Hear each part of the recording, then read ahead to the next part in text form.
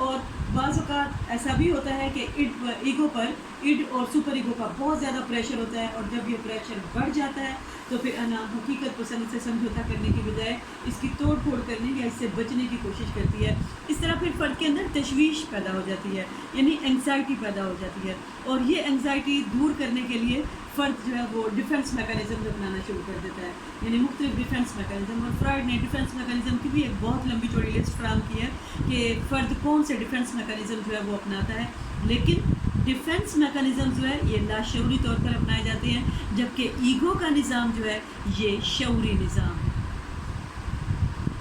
Ego کا کردار ہمیشہ حقیقت پسندانہ ہوتا ہے، اور یہ اڈ کی خواہشات کو معقول بندوبست ہونے تک روکے رکھتی ہے، یعنی یہ اس کی خواہشات کو رد نہیں کرتی بلکہ ڈیلے کرتی ہے، اور اس وقت تک اڈ کا تناؤ برداشت کرتی ہے جب تک ان کی تکمیل کی خاطر کوئی خاطر کا انتظام نہ کر لے۔ اور یہ بات ہمیں ذہن نشین کر لینی چاہیے کہ یہ شخصیت کے تینوں نظاموں یعنی اڈ ایگو اور سپر ایگو میں یہ توازن پیدا کرنے والی قوت ہے، اسی لیے اس کو میڈیٹر کہا جاتا ہے، توازن پیدا کرنے والی قوت کہا جاتا ہے۔ اس کی حیثیت منتظم کی ہے کہ یہ اس کا تعلق حقیقت کے ساتھ برقرار رہتا ہے۔ اب ہم شخصیت کے تیسرے نظام کی طرف آتے ہیں بیٹے،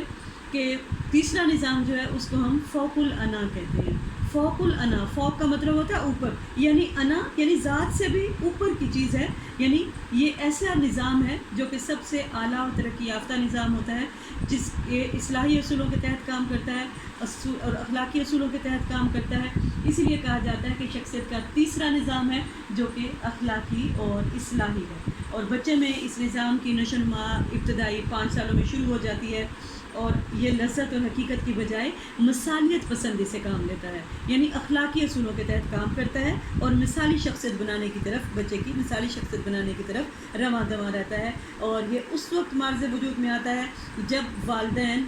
بچے کو گناہ و ثواب کی تربیت کر رہے ہوتے ہیں، اچھائیوں برائیوں کی اس کو تمیز سکھا رہے ہوتے ہیں، یعنی اچھی اقدار کے بارے میں اس کو سکھا رہے ہوتے ہیں، اور بری اقدار جو ہے ان سے دور رکھا جاتا ہے۔ جزا و سزا کا کانسیپٹ جب بچے کو دیا جاتا ہے، جب یہ ان کے اندر چیزیں پرومیننٹ ہونے لگتی ہیں، ان کو سکھایا جاتا ہے، تو اس وقت شخصیت کا تیسرا نظام فوق الانا جو کہ مورل پرنسپل یعنی اخلاقی اصول کے تحت کام کرتا ہے، یہ معرض وجود میں آتا ہے۔ اور اس کی تقریباً یعنی ابتدائی سالوں میں ہی اس کی جو ہے وہ ابتدا ہو جاتی ہے، اور آہستہ آہستہ بچہ اس کی تکمیل حاصل کرتا ہے، لیکن یہ معیار بچہ ساری زندگی سیکھتا رہتا ہے۔ اور یہی جو ڈبل اس کے اندر مختلف قسم کی یعنی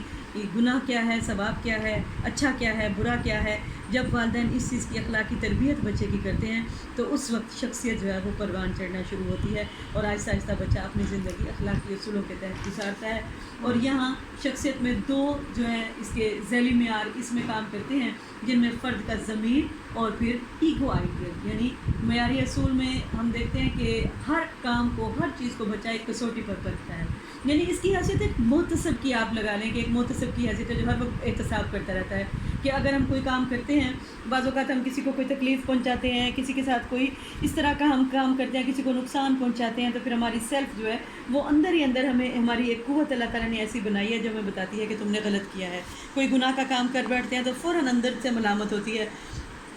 اور پھر ہم کہتے ہیں کہ ہاں یہ کام جو ہے یہ ہم سے غلط ہوا ہے، لہٰذا انسان کے اندر ایک ندامت اور شرمندگی پیدا ہوتی ہے۔ اسی لیے کہتے ہیں کہ یہ محتسب کی حیثیت ہے اس کی نا، کہ یہ احتساب کرتا ہے اور ہمیں احساس دلاتا ہے کہ ہم غلط کام کرتے ہیں۔ تو ہم نے 3 نظام شخصیت کے پڑھے، اڈ، ایگو، سپر ایگو۔ اب اس کو ہم ایک دوسری طرف سے سمجھ لیتے ہیں کہ مسلم مفکرین نے بھی شخصیت کو جب بیان کیا ہے تو انہوں نے 3 طرح کی قوتیں بیان کی: نفس امارہ، نفس لوامہ، نفس مطمئنہ۔ ماہرین یہ کہتے ہیں کہ جو پہلا اڈ ہے یہ نفس لوامہ ہی ہے،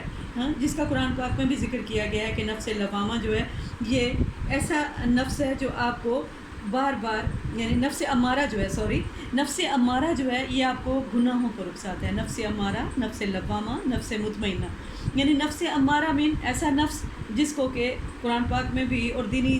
جو ہے تعلیمات میں بھی فرد کو کہا جاتا ہے کہ اپنے نفس پر قابو رکھے۔ اصل جہاد وہی ہے جو آپ اپنے نفس پر رکھتے ہیں۔ اٹ مینس کہ نفس یہ جو ہے یہ نفس امارہ، اس کی مثال اٹ جیسی ہے کہ یہ پلیئر پرنسپل کے تحت کام کرتا ہے اور ہر حالت میں اپنی خواہشات کی تسکین چاہتا ہے۔ دوسرا نظام جس کو ہم ایگو کہتے ہیں، نفس لوامہ۔ نفس لوامہ میں یعنی ایسا نفس جو کہ معاشرے کے ساتھ جس کا تعلق ہے، وہ اڈ کی بھی بات سنتا ہے لیکن فرد کو اپنی خواہشات کی تسکین کے لیے مناسب راستے بھی دکھاتا ہے۔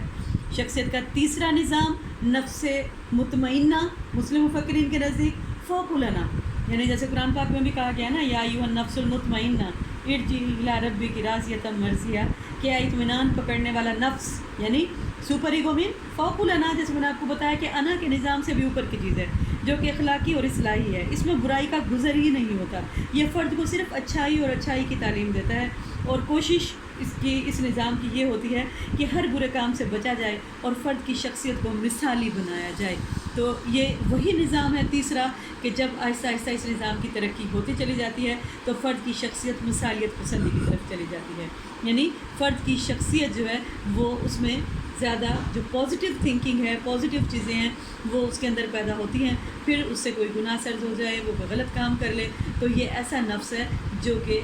فرد کو ملامت بھی کرتا ہے۔